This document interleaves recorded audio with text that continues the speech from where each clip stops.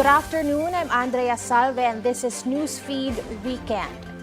The Department of Health is now racing to fill the gap left by the U.S. government's suspension of foreign aid, which includes funding for HIV-AIDS testing and treatment in the country. Speaking to Agenda Weekend on Saturday, DOH spokesperson Albert Domingo says Health Secretary Ted Herbosa is now working closely with the United Nations AIDS Board to find alternative sources of funding.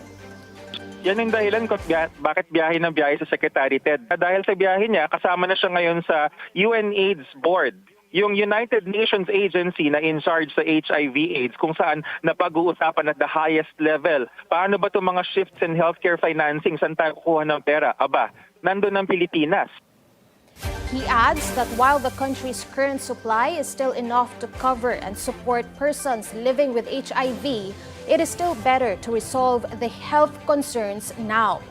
Sa ngayon, George, sapat siya. Marami tayong ARVs at lahat at DOH ang bumibili ng lahat yan. At kaya rinis yung alarm kasi pag di natin pinutol yung pagtaas na 57 cases per day, pagdating ng 2030, nasa 400,000 na ang PLHIV. Saan tayo kukuha nun by that time? So let's act on it now. In January, U.S. President Donald Trump ordered a sweeping freeze on foreign aid, including support for HIV programs worldwide. This is part of his America First policy and rejection of global diversity initiatives. The Philippines, one of the countries hit by the aid cut, is currently recording around 57 new HIV cases a day. The DOH is now pushing for a national public health emergency on HIV, a move that could unlock emergency funds and scale up response, similar to the measures taken during the COVID-19 pandemic. U.S. stocks surged after a stronger than expected jobs report, propelling the Dow Jones Industrial Average to gain over 500 points or approximately 1.2%. The rally was driven by May's employment report, which showed 139,000 new payrolls, beating forecasts and helped calm recession fears, lifting investor sentiment.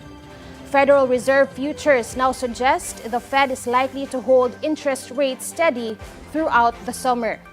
Alongside the Dow's strong performance, the S&P 500 reclaimed the psychologically significant 6,000 level, rising 1.2%, while the Nasdaq Composite added about 1.4%. The gains were broad-based, with notable strength in technology and energy stocks. Major tech names led the charge. Looking ahead, all eyes will be on upcoming trade developments and inflation data and whether this momentum can extend through the Fed's June meeting. 2024 Olympians Carlos Yulo and EJ Obiena continue to showcase Filipino excellence on the global stage. Earlier today, 25-year-old Yulo clinched his fourth straight gold medal in the floor exercise at the Artistic Gymnastics Asian Championships in South Korea. He also bagged a bronze in the all-around event, adding to his growing list of gymnastics honors. Meanwhile, Filipino pole vault star EJ Obiena captured his third consecutive gold at the Asian Athletics Championships, keeping the Philippines on top of the men's pole vault event. The Philippine Olympic Committee congratulated both athletes on social media, saying Yulo and Obiena continue to make the country proud with their world-class performances. A rare painting by Filipino master Fernando Amorsolo has just sold for a staggering 36 million pesos at auction.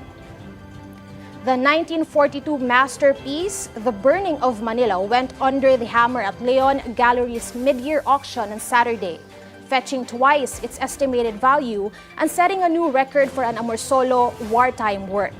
According to the gallery, the piece was first acquired from Amorsolo by Don Jacobo Zobel de Ayala.